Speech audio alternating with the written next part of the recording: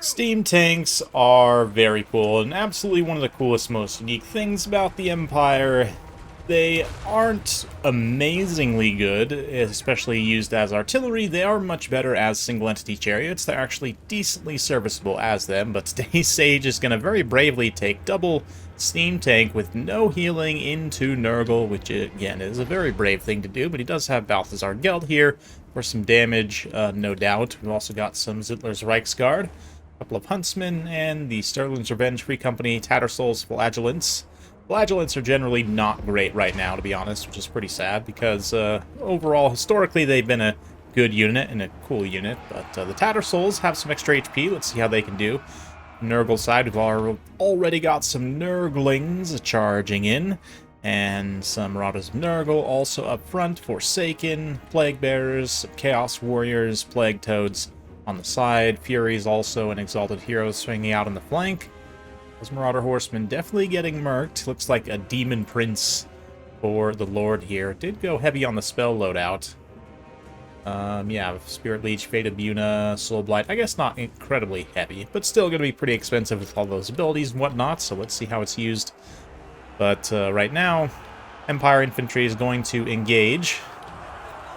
Steam tanks are, for the moment, using their guns to attack. Definitely could have some opportunity to run some melee attacks on this front line as these infantry are duking it out. But the state troops will be able to hold for some time. A lot of these units aren't necessarily super high DPS, other than like the Forsaken here. Balthazar trying to stay alive. Spirit Leech and upgraded Final Transmutation hits that Demon Prince as he flies over. It's also going to damage some Nurglings and whatnot, but both the Steam tanks also do have decent single target damage, so against single entity like this, I mean, it's not incredible. It's not even as good as something like like Little Grom or a more dedicated artillery piece, right? But still, in that kind of combined arms sense, right, with Gelt and with the guns and the Huntsmen and everything else all teaming up together, Plague of Rust also debuffing the armor of the Demon Prince. Not that he had much, but just put him at 0, just to really send a message. It's going to do a lot of damage all together. Meanwhile, Zittler's Reichsguard running beautiful hammer and anvil into this front line, crushing some of these Nurgle troops. This is basically just a preview for Thrones of Decay. You guys are probably going to see this matchup quite a bit. Hopefully sometime in the next month. No announcement yet. It is officially April. I was hoping we would see an announcement before the end of March, but it's fine. Creative Assembly, of course, going through some more layoffs right now. I don't know if some of you guys have seen recent articles. Sega did announce some more layoffs, so understandable perhaps that they would maybe want to delay things. Potentially, I don't know, to be honest. But what I do know is the Demon Prince landing here is going to potentially cause some terror issues for some units. Sigmar Sons, of course, unbreakable, so they'll hold for some time. And this replay, so far, the Steam tanks have mostly been used just to shoot this high-value Demon Prince, and to a degree it makes sense. I mean, the infantry here is not particularly threatening, as mentioned. Zittler's Reichsguard also relatively unopposed by, like, the horsemen and whatnot. There's not really any knights to counteract them, right? So they're free to just cycle charge their heart's content here and help win this infantry fight, or at least trade effectively from the Empire's perspective. Like the reserve spearmen here, just kind of holding to, helping to protect those steam tanks, or at least dissuade those marauders from charging in. I don't know, the marauders throwing their axes at the steam tank? Maybe they had an attack order too, but then something went wrong there. It looks like they're not actually throwing them, unfortunate, but the Forsaken, on the other hand, having a great time. Let's check the kill total here, already up over 100 as they butcher through the state troop front line. These Chaos Warriors are going to be tough opponents here as well for the state troops. Over time, they'll be able to grind them down, certainly. But let's see. Demon Prince here going to pull back, heal himself since he's taken so much damage. That's the Nurgle way, right? So Steam Tanks continuing to fire in as the Zintlers kind of hold him in place. Infantry continues to work here. Huntsman going to try and come forward, shoot this little gap here, and get up to where they can shoot the Demon Prince. I like that play there. The Sigmar Sons kind of holding the edge. Ooh, did they get clipped by those Chaos Warriors, though? It looks like they did, unfortunately. Almost incredible. Not to mention, let's see, Sterling's Revenge also in the back line, just duking it out with that Exalted Hero. Haven't been able to use much of their ammo, but I've also kept that hero bogged down pretty much the whole time, which he would be threatening to these steam tanks, definitely. Maybe not 2v1, but yeah, let's see how it plays out. He might actually push back and try and get after those steam tanks. As it is, steam tanks are pulling back a little bit just to create some more space here for them to work. But yeah, Exalted Hero is starting to chase down the one steam tank here. See Spirit Leech on Balthazar as well. It does help. Certainly, the Balthazar has some spell resistance. It doesn't have a lot of HP overall, so Spirit Leech will be decently effective, but he's going to return fire with the final transmutation there, as the Zintlers continue to hold the Demon Prince in place.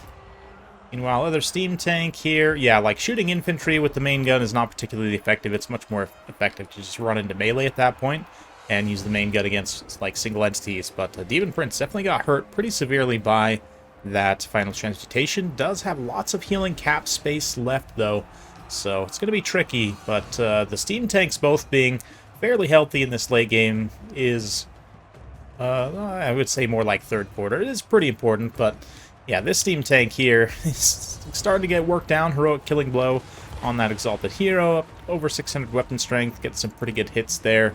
But Sterling's Revenge quickly reinforcing. Let's see what else they can get in terms of reinforcements.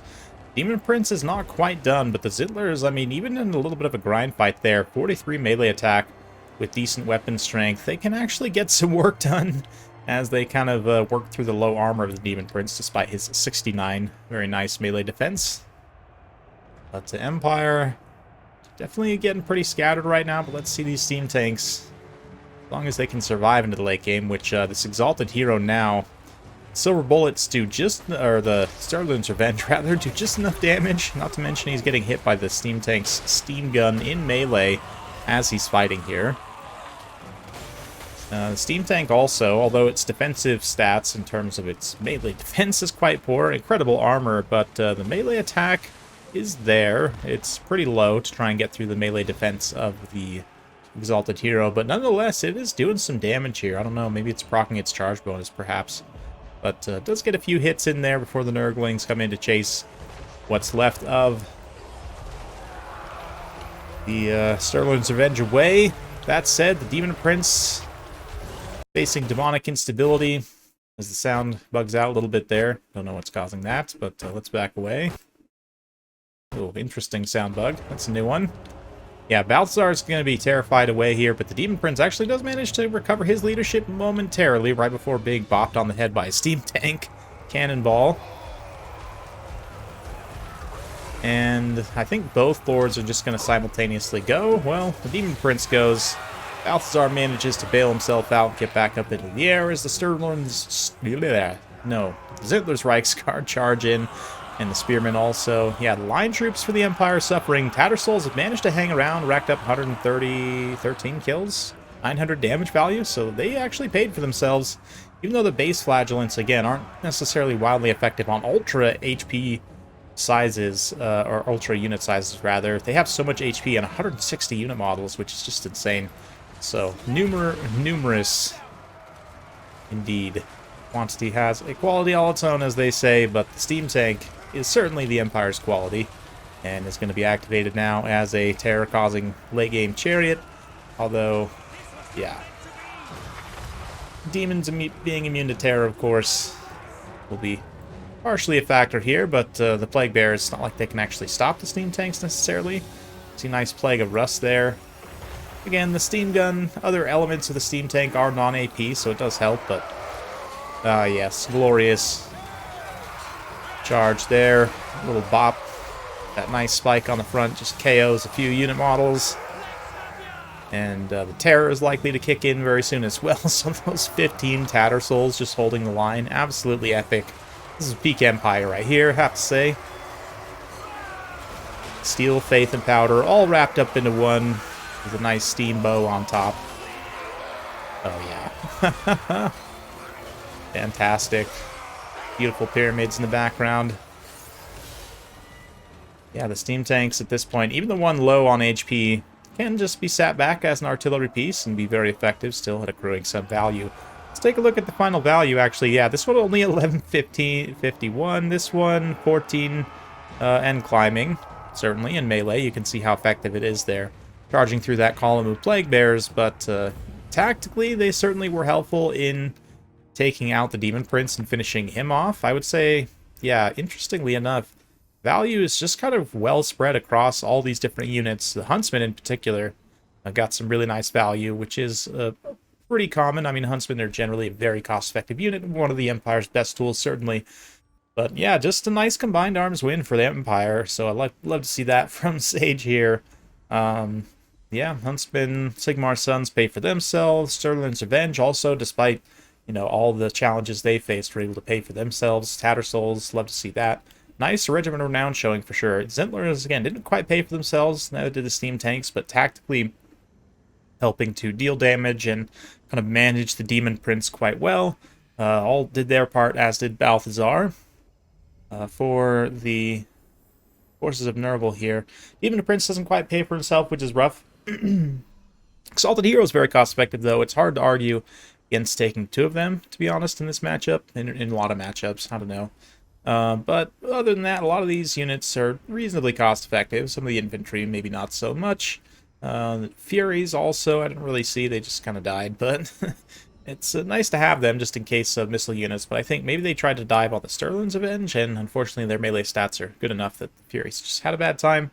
Toads also kind of had a lot of like spears to fight, so I don't know. The build opposition from Carry here is fairly decent. Hard to really argue with too much. I don't know. Maybe I would cut the Plague Bearers for some more light cavalry just because they're so good in this matchup. I mean, Throwing Axe Horsemen have been good for Warriors of Chaos since the release of Warhammer 1 in this matchup especially.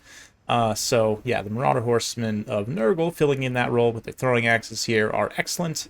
Certainly, I would take probably 3 to 4 of them in this matchup just because, I mean, between Knights, Steam Tanks are maybe a rare pick. Who knows, with Thrones of Decay, they might get a rework or a buff, or, you know, whatever else. I would just generally say the Marauder Horsemen are going to be good in this matchup. They're great with the poison for running down enemy, you know, missile units, or at least occupying them. They're really just a great Swiss Army knife kind of type unit. You can use them in any way for a multitude of different roles in this matchup, and just excellent. So that's my soapbox. Hopefully you guys enjoyed. If you like this sort of content, be sure to like, subscribe, hit that bell notification every time I upload a new video. You'll be notified. Thanks again. We'll see you next time.